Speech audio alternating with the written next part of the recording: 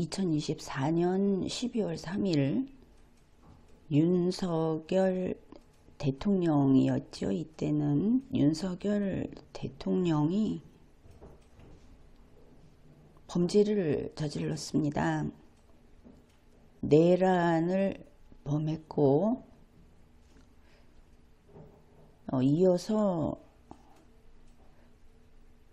이제 반란의 부분을 생각할 수밖에 없는 이런 계속되는 이런 범죄 행위를 하고 또 계속되고 있다.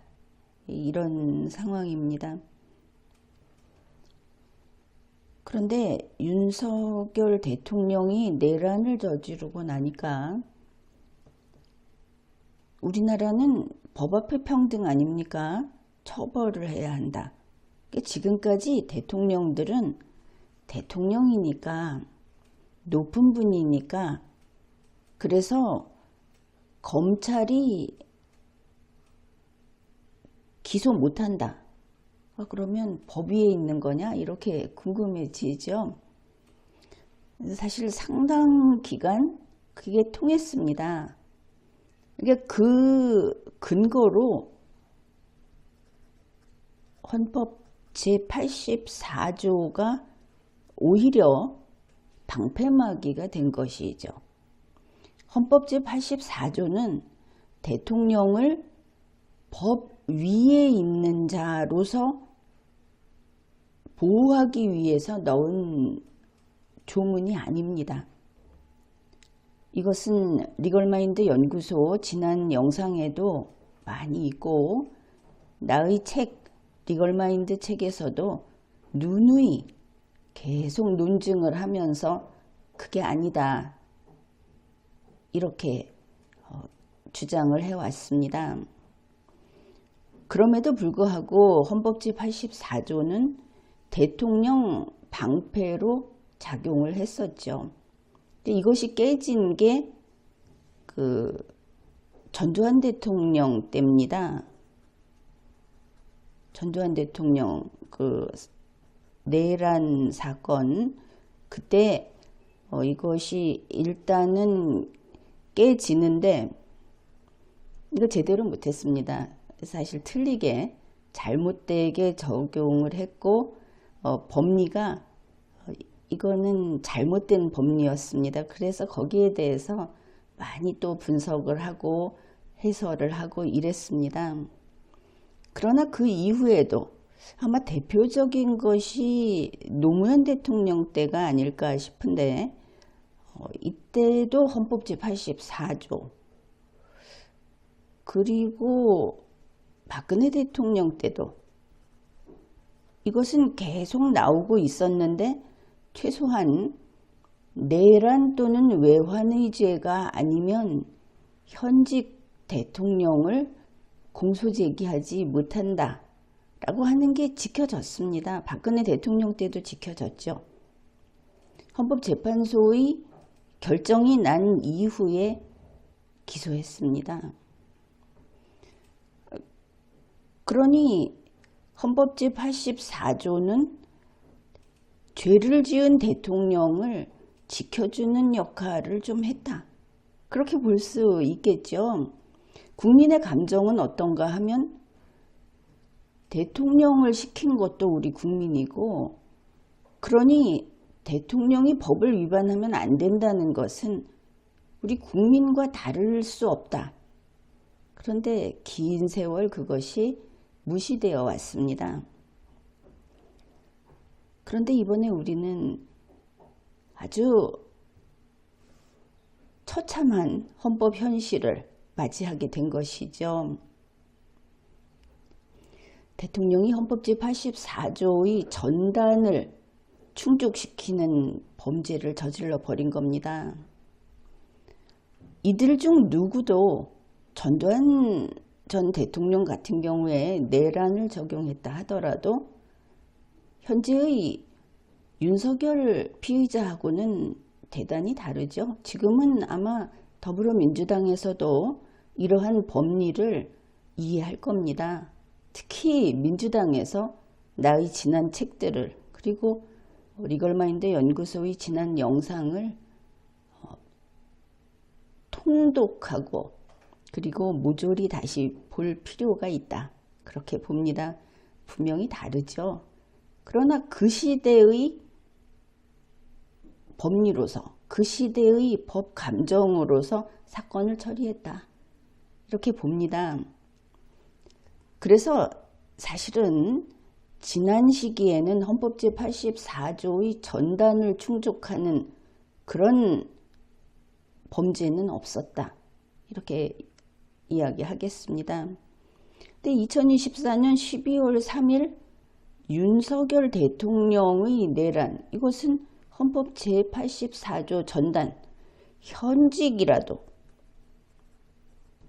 내란 또는 외환의 죄를 지었을 때에는 형사소추한다고 하는 여기에 들어맞는 일이 저질러진 것이죠.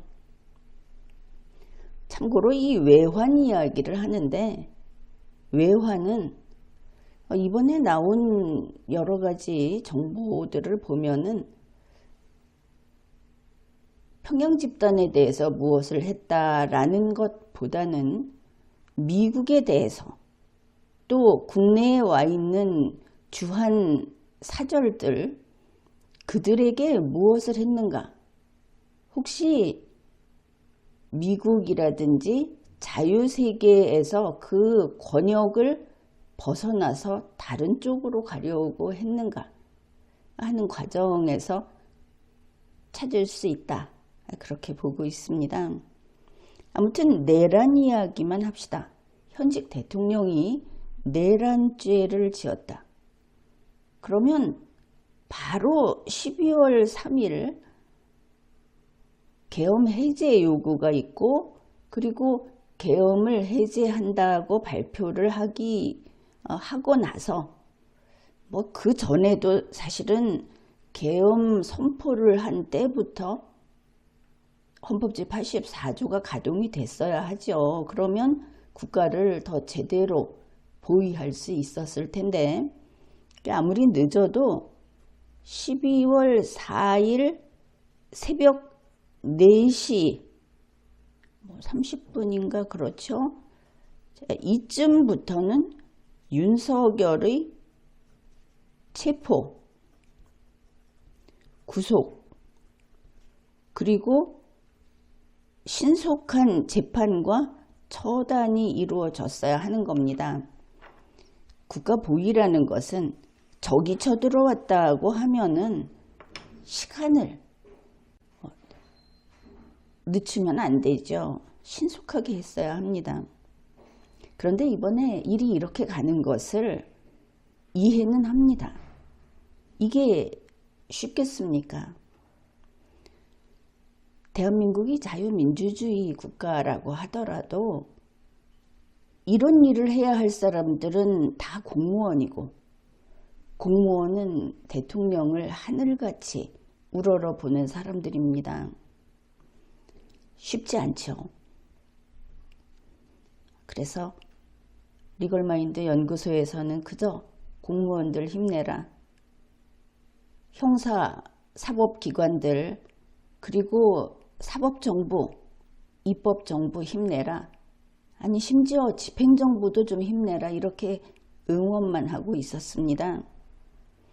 이게 참 어려운 일이죠. 아마도 윤석열 대통령 본인은 어디서 대통령을 잡아 이런 생각을 했을지 모릅니다. 그래서 2025년 1월이 될 때까지는 자기 휘하의 병력을 써가면서 뭐 미사일이 있다 이야기 들었죠. 내전도 불사하겠다. 나를 위해서 싸우는 폭도들은 내가 너희들을 사랑하노라 하는 이야기도 하고, 그렇게 극렬하게 저항을 했습니다. 그런데 이제 누가 저 날뛰는 범죄자에게 족쇄를 채울 것인가, 이런 문제가 남은 것이죠. 처음에 내란을 일으켰으니까 그나마 원래 대한민국의 정의부, 대한민국의 저스티스라고 하는 것은 원래 검찰이었습니다. 검찰을 싫어하는 사람들은 그렇게 여기지 않겠지만, 그래서 가장 먼저 검찰이 나섰습니다. 우리가 수사하겠다. 그래서 그 검찰에서 윤석열 피의자로 하고 출석하라고 했죠. 출석 요구를 한 번, 두 번 해도 들은 채도 하지 않았습니다. 그리고 여기에 노쇠한 변호사들이 많이 왕래하면서 이때를 생각하면 참 벌써 까마득한 옛일 같습니다. 이 변호사들이 사건 수임을 하지 않습니다. 나름대로 계산이 있었던 것이죠. 그러면서 드나들면서 수사권이 있는 곳에서 수사가 개시돼야 우리가 사건 수임한다. 중간에 연결도 뚝 끊어버리고 자기들 마이크만 들고 설치는 겁니다. 그런데 대통령의 변호사다 해서 이 사람들이 나오기만 하면 방송도 자리를 비워주고 언론도 그러하고 정치권도 그것을 넘겨받아서 또 퍼뜨리고 이랬죠. 검찰이 이렇게 하니까 윤석열 이제 피해자가 되지 않았습니까? 범죄자 윤석열 피의자가 검찰 너희는 나를 수사할 수사권이 없어. 이렇게 말을 하는 겁니다. 수사권이 없다. 그래도 내가 내란범인데 중범죄 아주 그 악성이 높은 최고형을 받는 중범죄 범인인데 너희는 수사권이 없어. 그러니까 여기에 경찰이 수사를 하겠다고 했습니다. 그러니까 경찰 나부랭이가 어디 감히 대통령을 너희가 수사권이 있다고 하는데 너희가 수사할 수 있겠어? 이랬죠. 지난번에 헌법재판소 보고 헌법재판소 너희가 감히 무슨 대통령을 판단을 해? 이런 이야기 하지 않았습니까? 같은 분위기로 했습니다. 그러니까 그러면 대통령은 높으신 분인데 높으신 분을 수사하는 데는 역시 고위공직자 수사처, 공수처가 해야 하겠다. 이 공수처가 좀 해보겠다. 이렇게 나섰습니다. 이 과정을 잘 살펴봐야 합니다. 이 사람들이 마치 법리를 가지고 이야기를 하는 것 같은데 애초에 준법 정신이 없다. 국가라는 것을 생각 안 하는 그저 막다른 골목에 몰린 범죄 집단의 행태를 보인다. 이것을 잊지 말고 과정을 따라가야 합니다. 이러니까 조선일보를 비롯한 소위 과거에는 보수라고 불렀던 지금은 무슨 이유인지 내란범과 일당이 된 것으로 보이는 이런 언론 방송 또 아주 미미한 인터넷 신문들도 대단히 많더군요. 이제 보니까 윤석열 측이. 그들이 다 나서서 저 경찰, 공수처, 검찰이 수사권 쟁탈전을 벌인다 이러면서 서로 싸우는 꼴을 봐라 이렇게 말을 하는 겁니다. 한심하게 만드는 것이죠. 그러면서 이거를 싹 바꿔서 어떻게 하냐면 이거 요렇게 수사권 쟁탈전 벌이게 만든 게 좌파다 이렇게 말을 합니다. 그러니 모두 좌파를 원망해라. 말이 되는 것 같죠? 그런데 수사권 쟁탈전을 벌인다고 말을 하게 이렇게 나누어 놨을 때 내란은 누가 저질렀습니까? 내란범이 없으면 내란죄를 수사할 필요가 없겠죠.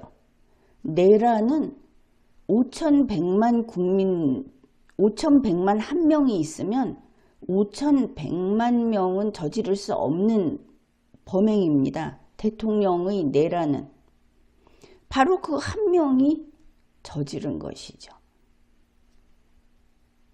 수사권을 나눠 놓은 것이 옳고 그르고는 옛날 일입니다. 이미 지난 몇 년 그동안 리걸마인드 연구소에서 그거 안 된다고 계속 했을 때 그때 우리 말 듣지 않았습니다. 윤석열 씨가 그 문재인의 검찰총장으로서 승승장구해가는 그 과정에서 박근혜 대통령 수사를 하면서 인기 폭발하던 그때 진행된 겁니다. 상황이 바뀌니까 마치 윤석열 씨가 이 수사권 조정에 반대한 투사처럼 이야기를 하는데 다 같이 이 감옥을 지어놓고 지금에 와서 자기가 거기 들어가게 되니까 지금에 와서 하는 이야기입니다. 그런데 지금은 수사권 조정을 한 이 문제는 사실 법을 고치고 다시 보완을 하면서 제대로 쓸 수 있게 하면 되는 것이지 이게 나라를 무너뜨리지 않습니다. 나라를 뺏고 독재를 하려고 한 것은 윤석열 피의자인 것이죠. 이 사안은 그렇습니다. 그런데 이거를 싹 틀어서 4년 전, 3년 전 문재인을 쳐라. 나는 아니다. 여기 넘어가면 안 되겠죠. 자, 이렇게 됐는데 아마 윤석열 피의자는 이제 나를 손 못 대겠지. 내가 무슨 짓을 해도 나는 법꾸라지야. 이렇게 했을지 모르는데 대한민국의 법 질서는 윤석열의 시선이 미치지 않는 까마득히 높은 곳에 있습니다. 거의 신성하다. 이렇게 볼 수 있는 것이죠. 윤석열 피의자 옆에 붙어 있는 사람들, 윤석열의 편을 드는 국민의힘 소속 윤석열의 후광으로 국회의원까지 됐지만 요즘 하는 거 보면 그렇게 보이죠. 저거 과연 자격이 있나 싶은 이런 사람들이 윤석열이 이야기하고 윤석열의 노쇠한 변호사들이 말을 하면 그냥 앵무새처럼 반복합니다. 의식 없이.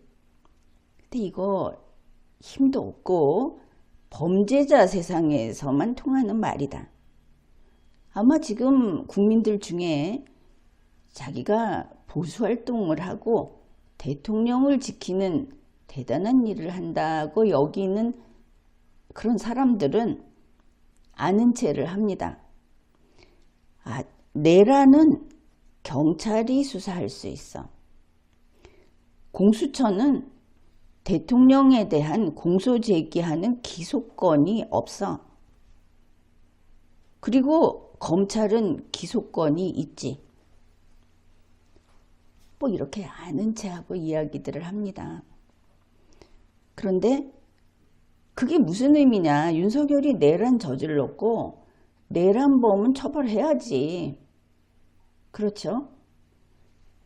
근데 이런 엄청난 범죄를 저지른 자를 손도 못 대는 대한민국의 헌법과 법률 시스템이 아니다.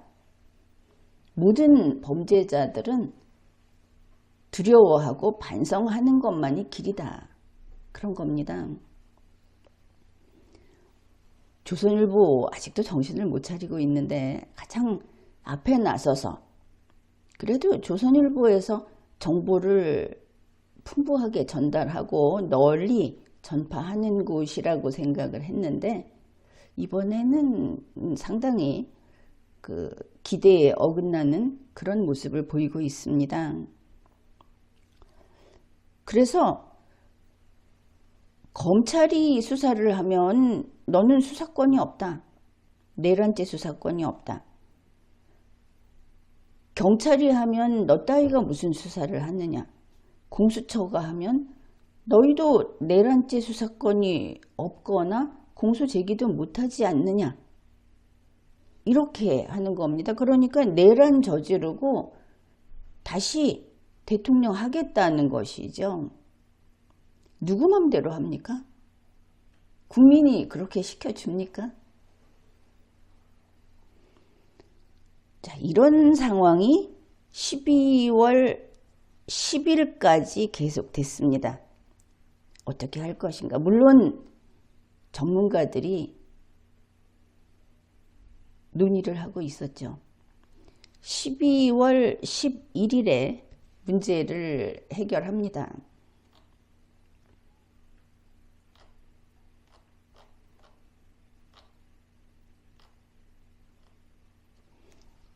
어떻게 됐느냐 하면은 공조수사본부를 구성합니다. 공조수사본부는 검찰에서 할 수도 있고 경찰에서 할 수도 있고 공수처에서 할 수도 있기는 합니다. 그런데 아무튼 이번 공조수사본부는 공수처에서 했습니다.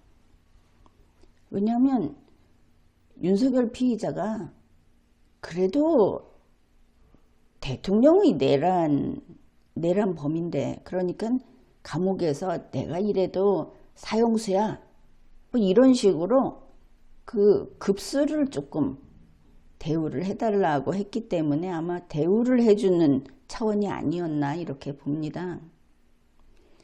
바로 12월 11일에 공조수사본부를 구성했는데 여러분이 이걸 잘 모르는 것 같습니다. 공수처에서 했다고 하니까 공수처가 무슨 영장 집행을 하러 오느냐, 너희 그 경호처하고 같이 붙으면 한번 싸우면 경호처한테 맞아서 나가 떨어져 막 이런 이야기 했죠. 이번 이 공조수사본부가 어떻게 돼 있는가 하면 경찰입니다. 경찰 국가수사본부, 특별수사단, 여기서 수사를 맡습니다. 그 다음에 국방부 조사본부, 여기에 군 검찰이 다시 본부로서 들어옵니다.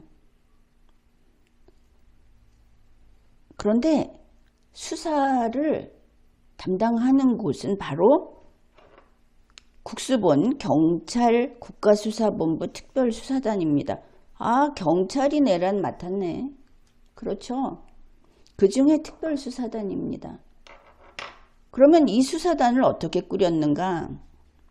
서울경찰청 수사부장, 국가수사본부 중대범죄수사과, 서울청 광역수사단 소속 수사관, 그리고 평수사관 해서 150여 명을 투입했습니다.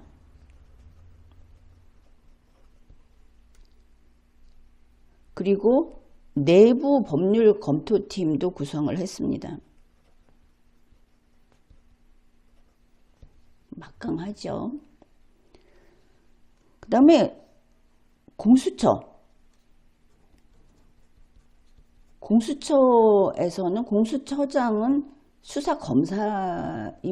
차장도 그렇고, 그리고 여기에 그 수사관, 검사와 그 경찰을 그 지원을 받게 돼 있습니다.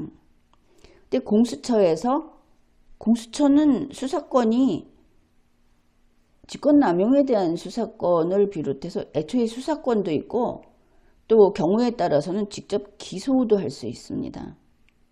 대통령의 경우에는 지금 이번에 왜냐하면 대통령의 내란죄에 대해서는 기소를 하지 못하게 돼 있지만 다른 것은 할 수도 있습니다.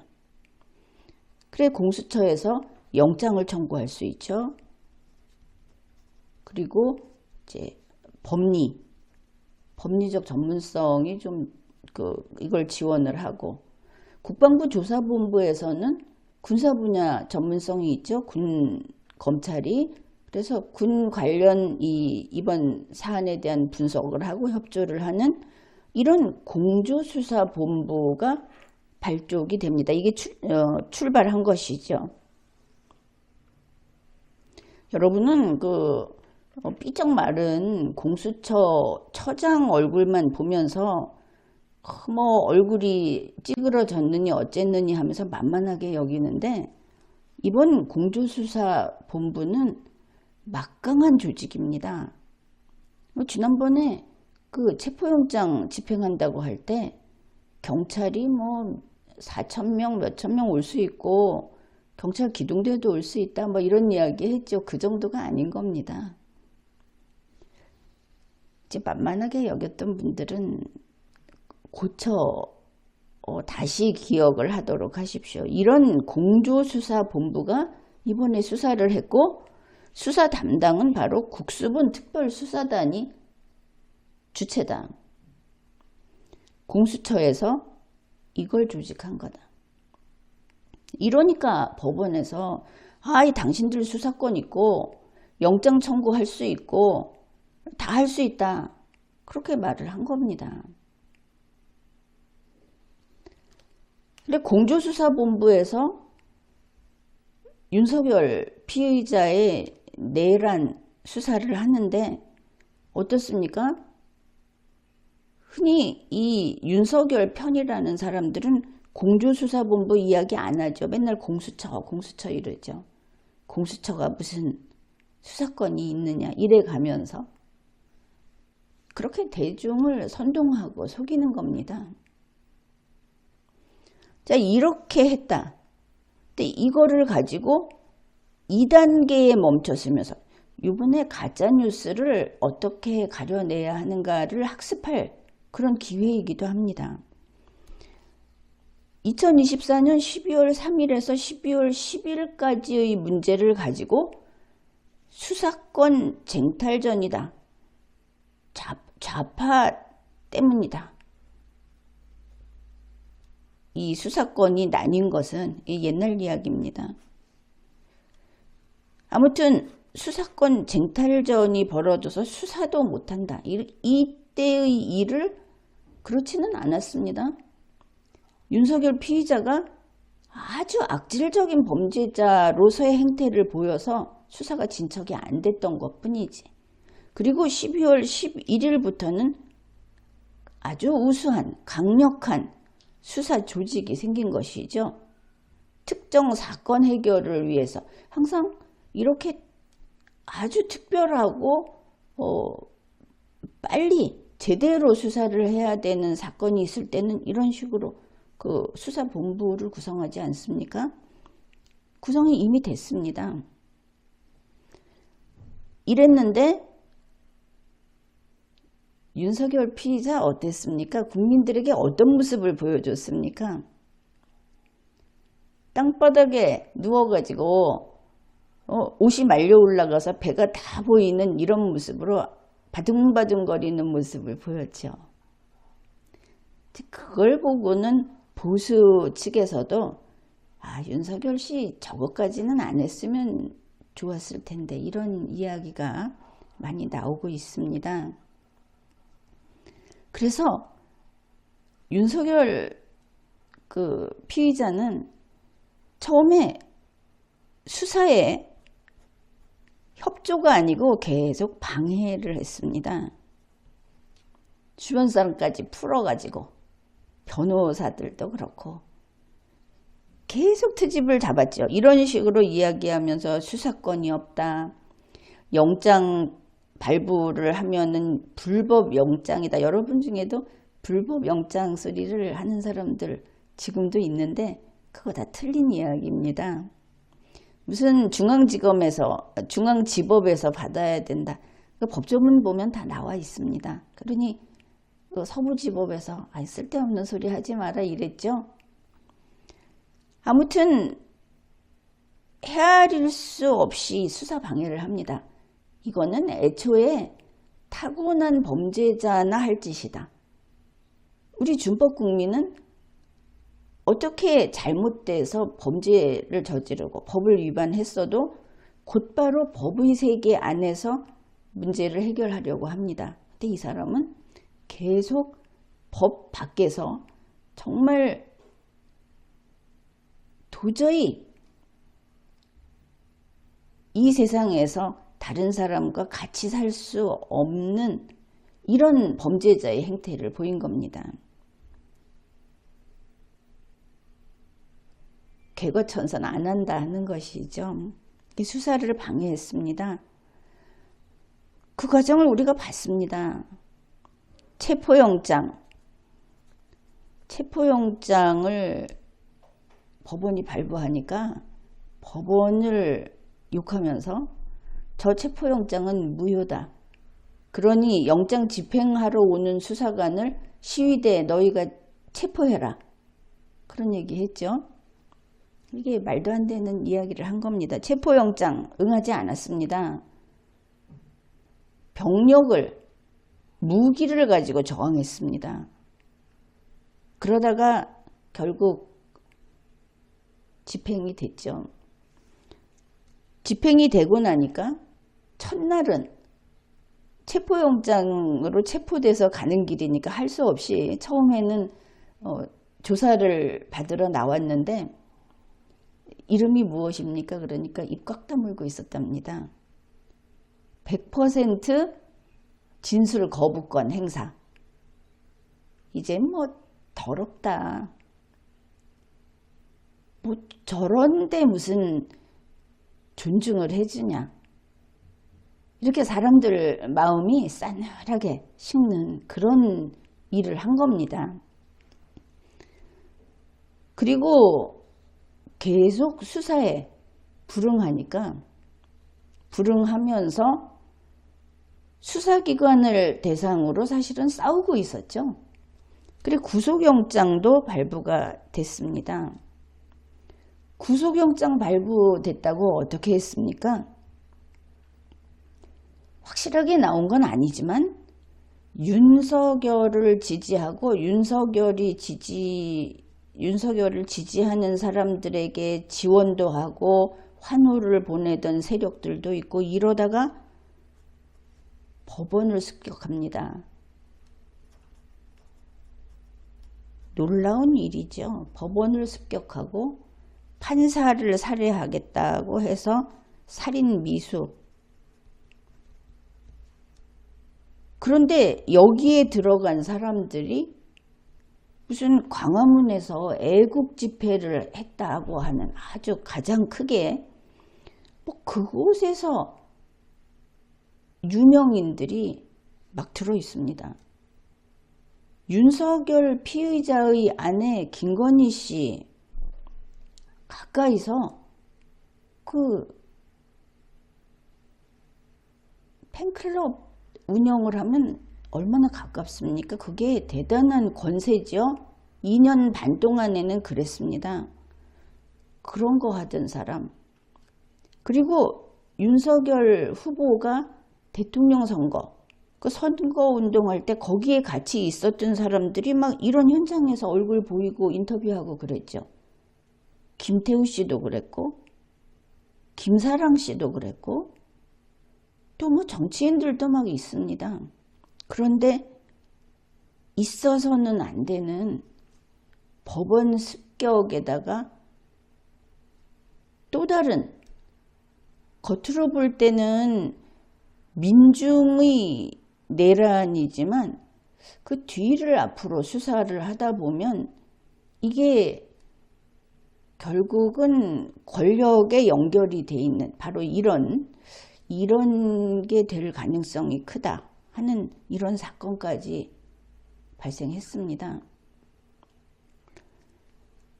이제 이런 상태에서 법은 체포영장도 그렇고 구속영장도 그렇고 날짜가 참 빠듯하죠. 10일, 뭐 최대 해봤자 20일 뭐 이렇습니다. 그래서 윤석열 씨는 그렇게 이야기를 한 겁니다. 이번 추석은 집에 가서 편안히 쉬어야지 뭐 이런 이야기도 했죠. 그래 그 지지자들이 환성을 질렀다는데 뭐 그 사람들이 언제 그 현실 인식을 제대로 할지 모르겠고, 그래 이런 상황에서 구속영장을 연장을 해야 된다. 구속 기간을 연장을 해야 된다. 그런데 또 어차피 기소를 해야 되고 이게 검찰에서는 한번 연장이 가능한데 현재 공조수사본부 차원에서는 그게 안 되는 상황이었습니다. 근데 그건 그렇고 아직 날짜가 좀 남아 있었죠. 2025년 1월 27일까지 그 기한이 이렇게 있는데 요보다 일찍 1월 23일에 공조수사본부에서 이 모든 자료를 검찰에게 서울중앙지검입니다. 거기다 보내면서 공소제기 결정을 합니다. 이것을 결정을 해서 보냅니다. 근데 이게 상당히 중요합니다. 이 부분을 잘 알아야 하는데 공소제기 요구, 공소제기 결정이라는 것은 이첩하고 다릅니다. 근데 이것을 조선일보는 빈손으로 넘겼다. 날짜만 낭비했다. 수사권도 없는 데서 이런 식으로 했다고 윤석열 씨의 말을 재탕을 하면서 이 공수처, 경찰, 검찰을 사실은 공격하고 있죠. 안 그래도 저 홍준표 씨는 이 수사기관 그 검찰에 대해서 위협을 하면서 협박을 하면서 그 이야기가 재집권하면 다시 집권하면 그러니까 윤석열 씨가 탄핵이 기각이 될 거라는 이야기겠죠. 다시 집권을 하면 너희들 싹 없애버린다. 그래서 지금 또 부글부글 합니다. 그런 말을 해서. 그래서 이첩이 아니고 이 공조수사본부의 그 수사 결과를 보고 공수처에서 공소제기 결정을 했다. 공소제기 요구를 한 겁니다. 이첩이라는 것은 가령 문상호 정보사령관에 대해서 군 검찰에서 수사하시오 하고 보내는 넘기는 이게 이첩이고 공소제기 결정 내지 요구라고 하는 것은 공소제기 하시오라고 넘기는 겁니다. 왜냐하면 받아서 그 문건을 작성해서 제출하는 그게 검찰의 권한이기 때문에 다음 단계로 가시오라고 넘긴 것이죠. 그러면 이게 어떻게 되는가? 이제 보면 이렇게 그렇다고 해서 검찰이 공수처의 하부기관이라는 게 아닙니다. 서로 독립기관이 협력하는 것이죠. 법에서 요 절차는 여기서 해라 그러면 거기다 넘기는 것이죠. 그런 거는 아마 지금 일반 기업을 하는 분들도 잘 이해할 겁니다. 일 처리를 어떻게 한다. 이렇게. 그러니까 이번에 공조수사본부에서 수사한 내용을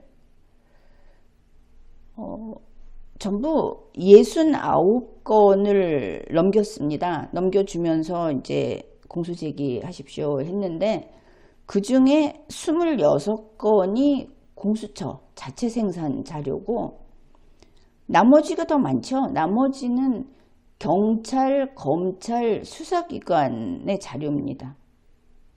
이거를 보냈는데 그게 뭐 분량이 이 장수로 해서 3만 장이 넘는다. 그렇게 밝히고 있습니다. 그래서 1월 23일 오전 10시 37분 KICS로 보내고 10시 55분에 중앙지검으로 직접 들고 갔습니다. 그러면은 이제 공소 제기하면 되겠죠. 그런데 다시 문제를 삼습니다. 그 문제가 생겼죠. 이걸 넘겨받은 검찰이 공수처에서 수사한 게 좀 마음에 차지 않았든지 아니면 윤석열 측에서 내란죄는 없던 거를 해라 뭐 하는 그런 거에 흔들렸는지 알 수는 없습니다. 지금 검찰이든 경찰이든 그 속에 윤석열파와 대한민국파가 다 있으니까 있는 것으로 매번 나타나니까 그래서 검찰이 이것을 넘겨받은 다음에 열흘 더 연장해 주십시오. 그런 것이죠. 그렇게 법원에다가 구속기간 연장 신청을 했습니다. 그러면서 잘 되겠지 생각했을 겁니다. 그런데 넘겨받는 순간에 윤석열 대통령 측에서는 바로 신청하지 말고 구속된 윤석열 피의자를 석방해라. 설날 관저에서 좀 지내겠다. 이렇게 압박을 막 넣은 겁니다. 그러면 여러분은 이게 궁금했죠? 저러면은 구속기간 연장해줘야 되지 않나? 이렇게 생각했을 겁니다. 그랬는데 어땠습니까?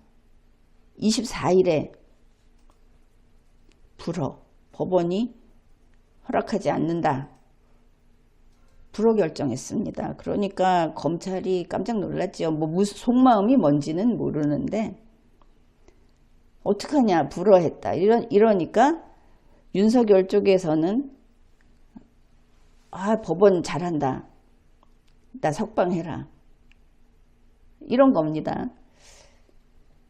그러니까 검찰도 부글부글 하면서 그러면 석방하고 불구속 수사한다. 이렇게 버티고 법원에 대든 것이죠. 요번에 보면 다들 법원을 상당히 우습게 하는 것 같은데 지금까지 집행정부가 항상 가장 세다 이런 의식이 있어서 그랬던 것 같습니다. 아직도 이 삼권 분립이라는 데 대한 인식이 아주 빈약하고 척박한 것이죠. 정부가 최고였다라고 하는 것이 좀 더 과거였다면 그 다음에 국회가 최고다라고 하는 게 나오죠.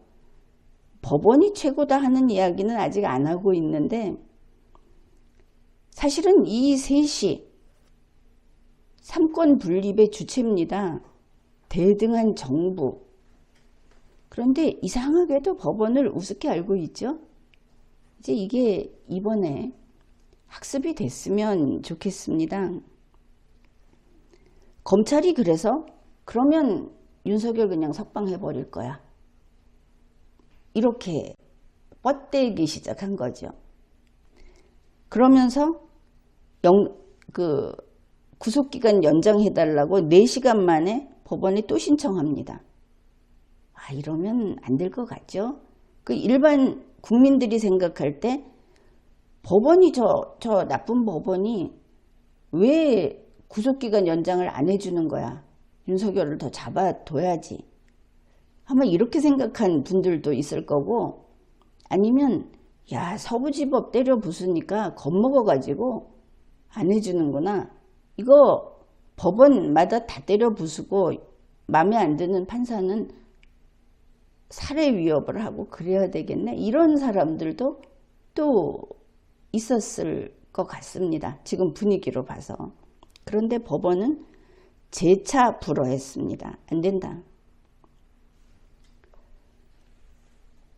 무엇인가 하면은 지금 이렇게 무려 23, 24, 25, 26, 27 기간이 많죠. 이 정도를 보내줬을 때는 공소제기 요구에 따라서 검찰이 그동안 수사한 거 있지 않습니까, 사실은. 그래서 그거를 잘 정리를 해서 검찰도 유죄의심증을 갖고 있고 이 공조수사본부도 그러하니까 그러면 더 확실하고 더 제대로 된 그 공소장을 작성을 해서 제출을 하시오 하고 이 긴 기간 더 이상 수사를 안 하고 넘겨준 겁니다. 그런데 검찰은 의지가 너무 투철했던지 아니면 아직도 범죄 피의자에게 흔들리고 있든지 해서 시간을 좀 낭비했죠. 법원에 대들어가면서 수사 기간을 좀 더 확보하려고 그게 실패한 겁니다. 그런데 이미 처음에 구속기간 연장 신청을 할 때 법 전문가라면 알고 있었죠. 이거 법원이 불허할 거다. 왜냐하면 공소제기 요구를 해서 보냈다는 걸 무시하면 안 되는 것이죠. 그리고 두 번째 또 신청할 때는 이거는 좀 현명하지 않다. 왜냐하면 법원이 불허한 이유가 바로 이런 것인데 이게 바뀌지 않았는데 또 졸라대고 그러면 석방시킬 거야 이렇게 한다고 되겠느냐. 그렇죠. 그뿐 아니라 검찰 내부에서도 사실 구속 피의자 윤석열은 계속 검찰은 수사를 중단하라, 나를 즉각 석방시켜라 이러고 있어서 조사에 성실히 응하는 그런 준법 시민으로 돌아올 가능성은 없다. 이런 상황입니다. 그래서 법원에 두 번이나 신청한 것은 썩 현명한 것은 아니었다. 그래 1월 25일 밤에 법원이 또다시 구속피의자 윤석열의 구속기간 연장을 불허했죠. 그렇다고 해서 이게 수사권 쟁탈전 아닙니다.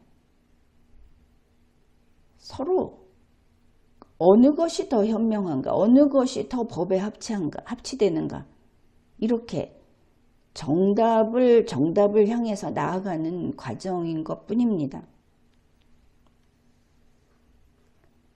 그런데 윤석열의 복귀를 꿈꾸는 이번 이런 범죄를 저질렀는데도 미친 듯이 편을 들고 법원 습격까지 하는 것을 보면서 이 모종의 아주 악한 세력이 뒤에 붙어 있구나 이런 생각을 문득문득 하게 됩니다.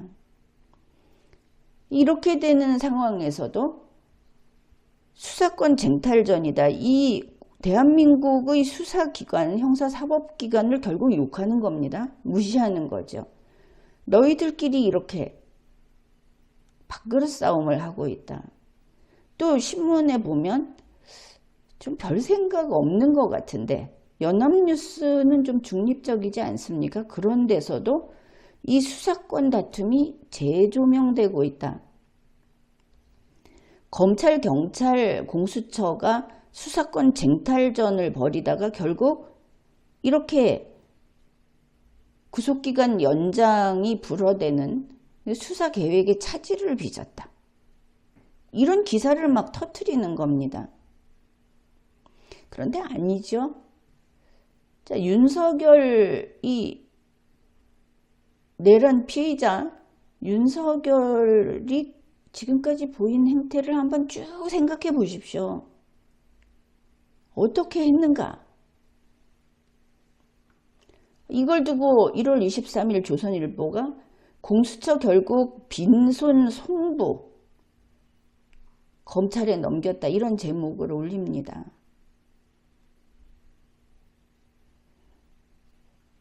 공수처가 윤석열의 신병을 확보하고도 조사는 못했다. 결국 구속기간만 낭비했다. 아닙니다. 세상에 이런 범죄 피의자 봤습니까? 세상에 대통령이 내란 저지르는 거 봤습니까? 그래놓고 이렇게 버티고 병력까지 거느리고 관저에서 공성전을 하겠다고 하는 이런 사람 봤습니까? 그런데 구속피의자 윤석열 변호인단은 얼굴에 철판을 깔았습니다. 법원이 이렇게 하니까 대통령 석방하라 이러면서, 그리고 공수처를 검찰더러 이미 넘겨받았으니까 공수처를 내란 국가기밀보호법 위반으로 수사하라. 실제 내란 행위를 한 거는 공수처, 경찰, 법원, 그리고 그 뒤에 더불어민주당이 있다. 이들이 내란범이다 이런 주장을 했습니다. 검찰은 바지 수사기관, 하명 수사기관인 공수처의 위법 수사를 버려라. 싹 다 버려라. 또 있습니다. 헌법재판소도 이번에 기자회견문을 발표하고 인터뷰를 하는 과정에서 선출된 권력인 대통령을 지명된 권력인 헌법재판소가 파면하는 결정을 하는 것은 헌법 위반이다. 이렇게 밝혔습니다. 국민의힘도 여전합니다. 국민의힘 원내대변인이 법원이 드디어 검찰에 수사권이 없다는 걸 밝혔다. 공수처는 수사권 없이 수사를 했고 내란죄 수사를 했고 불법 영장을 발부받아서 무리한 수사를 해서 이렇게 실패했다. 이런 논평을 냈고, 국민의힘 주진우 의원은 검찰은 윤석열 대통령을 즉시 석방해라. 그리고 공수처의 수사는 불법 수사다 이렇게 밝혔습니다. 주진우 의원도 이렇게 재판이나 수사에 대해서 이렇게 나서는 것은 이게 입법정부, 국회의 선을 넘는 것이라는 것을 깨달아야 하겠죠. 강승규 의원도 윤석열을 즉각 석방하라고 했습니다.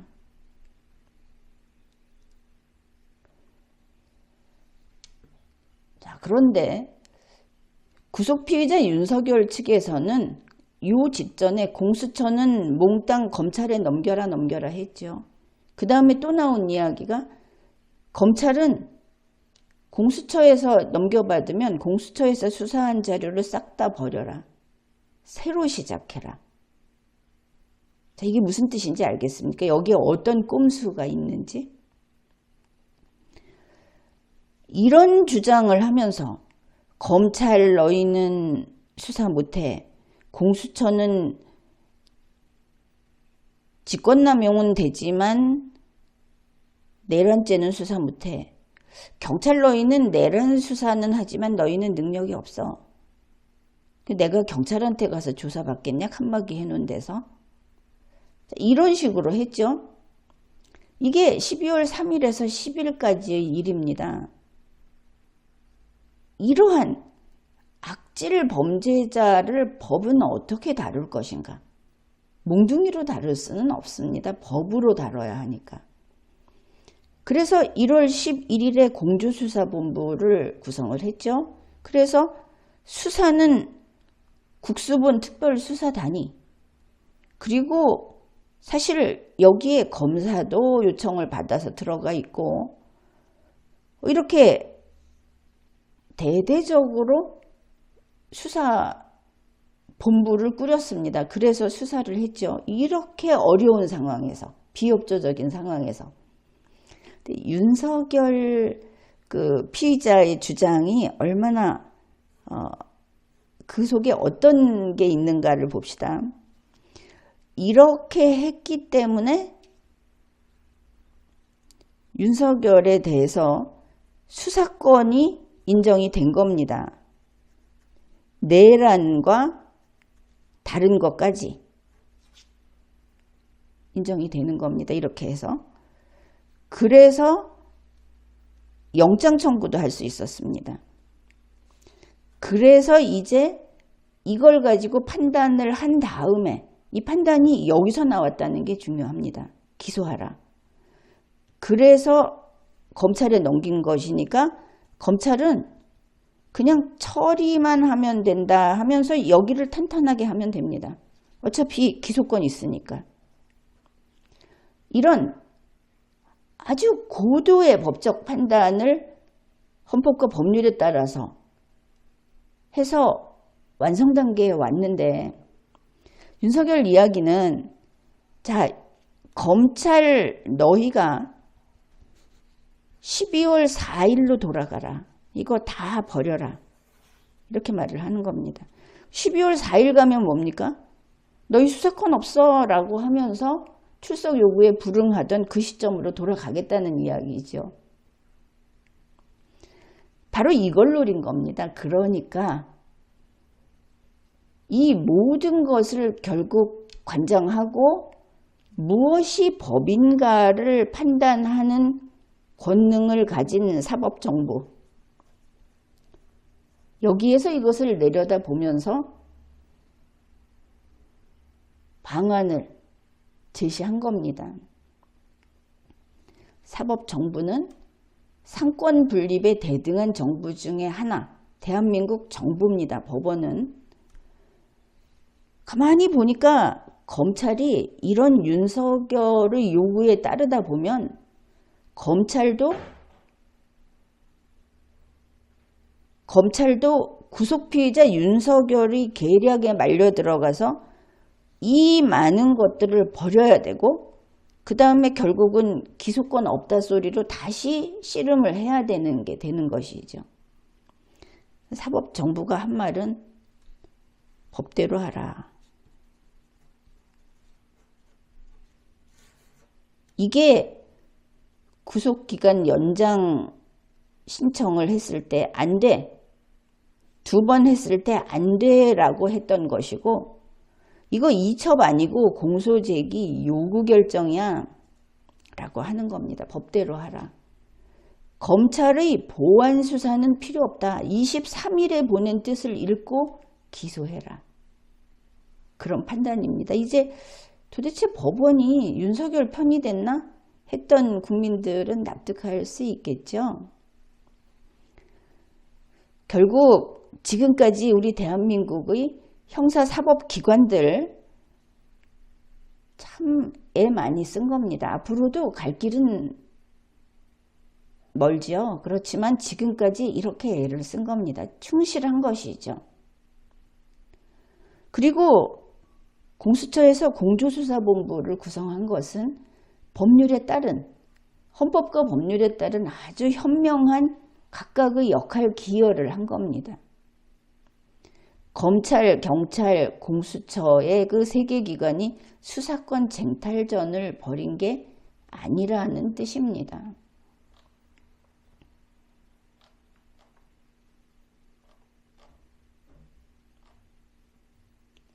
이제 몇 가지 전문 용어를 모르면 속아 넘어갈 수 있는 것들은 확인했죠.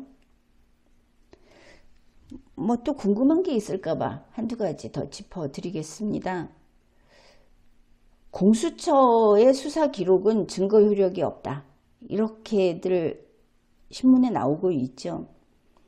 그 말 자체는 사실인데 공수처의 수사는 증거 능력이 없으니까 버려야 한다는 것은 터무니없는 가짜 정보입니다.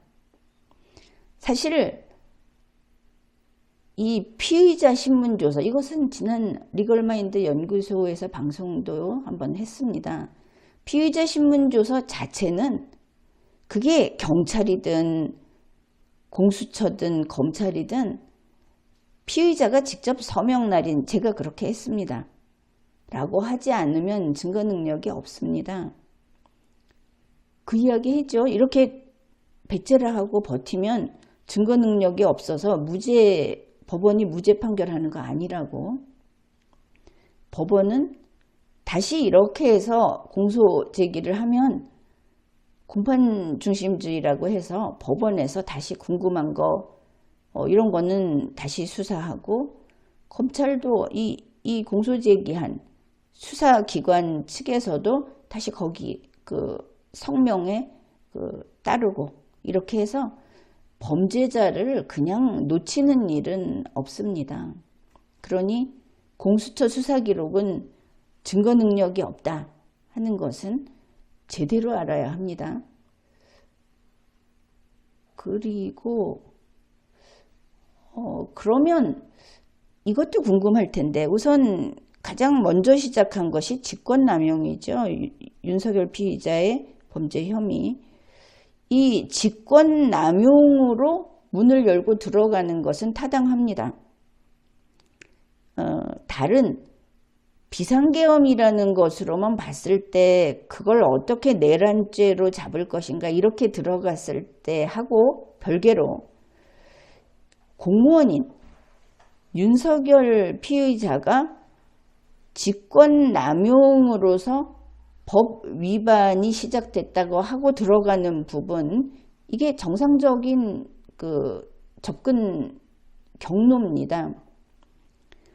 그러면 대통령이 헌법에 있는 비상계엄 선포를 했는데 좀 잘못됐으면 어때? 근데 국민들이 생각할 때는 분명하죠. 무장한 군인들이 막 시민들이 사는 세계에 출몰하고 국회에 가고 뭐 이런 것들이 보면 범죄 맞네 이렇게 쉽게 이해를 할 텐데, 아주 최소한도 반대할 수 없는 한 가지만 이야기를 하겠습니다. 윤석열 씨가 직권남용을 했으면 누구한테 피해 끼쳤어? 이제 이렇게 말을 할 겁니다. 근데 이 직권남용이라는 것은 국가적 법익에 관한 죄다. 대한민국에 피해를 끼친 것이고 5,100만 국민 주권자에게 죄를 지은 것이다. 이 점은 내란죄도 동일합니다. 그러나 그래도 어디 피해본 사람 있으면 한번 이름을 대봐라 이렇게 이야기를 한다면 이렇게 이야기할 수 있습니다. 여러분이 생각했던 거하고 조금 다를 수 있습니다. 국회에 있던 경찰들이 있죠. 국회 경비대에 있던 경찰들이 왜 국회를 막고, 왜 계엄군 노릇을 하고, 왜 시민들하고 적대적인 위치에 놓였을까? 윤석열의 직권남용 때문에 그렇게 된 겁니다. 이 경찰들이 이때는 피해자입니다. 조금씩 정리가 되죠? 그 다음에 국회에 들어간 계엄군들, 이 사람들이 갑자기 국회를 공격할 의지를 갖고 간 게 아니죠. 윤석열이 직권남용 때문에 갔습니다. 그 부분, 이 사람들이 거기까지 가게 된 것은 계엄군들이 피해를 입은 겁니다. 선거관리위원회에 들어간 계엄군이나 경찰도 동일합니다.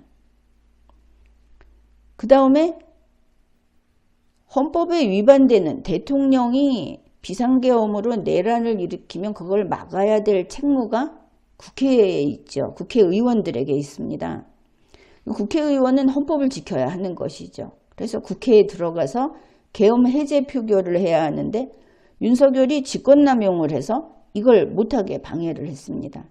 그러니까 이 국회의원들이 피해자가 될 수 있습니다. 뜻밖이죠? 원래는 주권자가 피해를 본 거고 경찰도 계엄군도 국회의원도 피해자 부분이 있는 겁니다. 이제 이 부분이 앞으로 수사를 잘해서 법원의 판결을 거쳐서 가려지고 책임 있는 만큼 책임을 지고 이렇게 되는 것이죠. 그렇게 본다면은 이제 위로 올라갈수록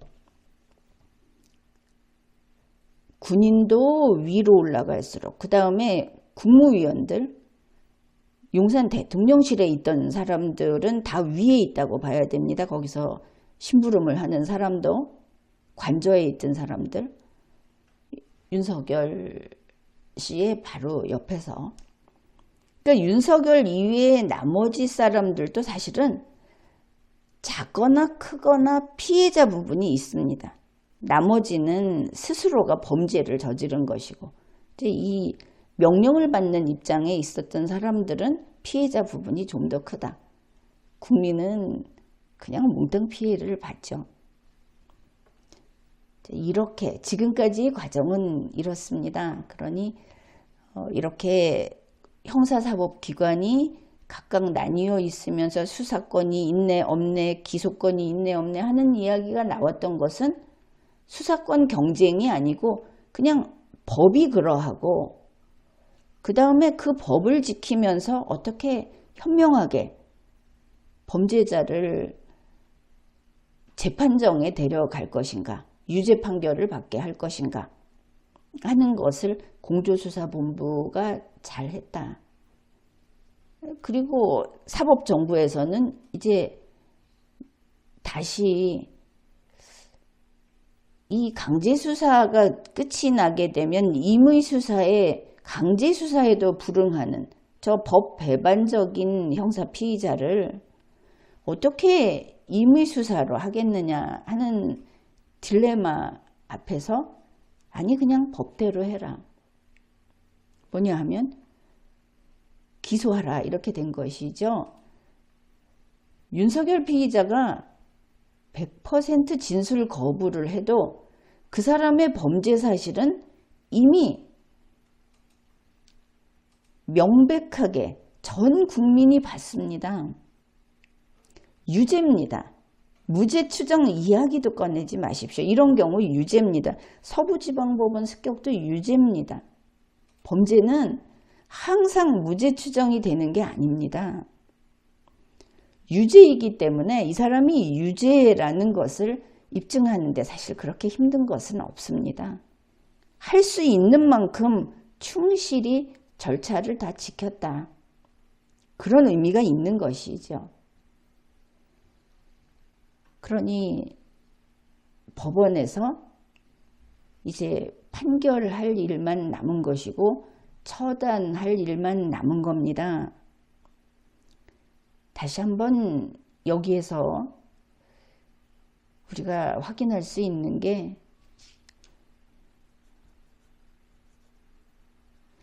선한 사람은 선한 것을 봅니다.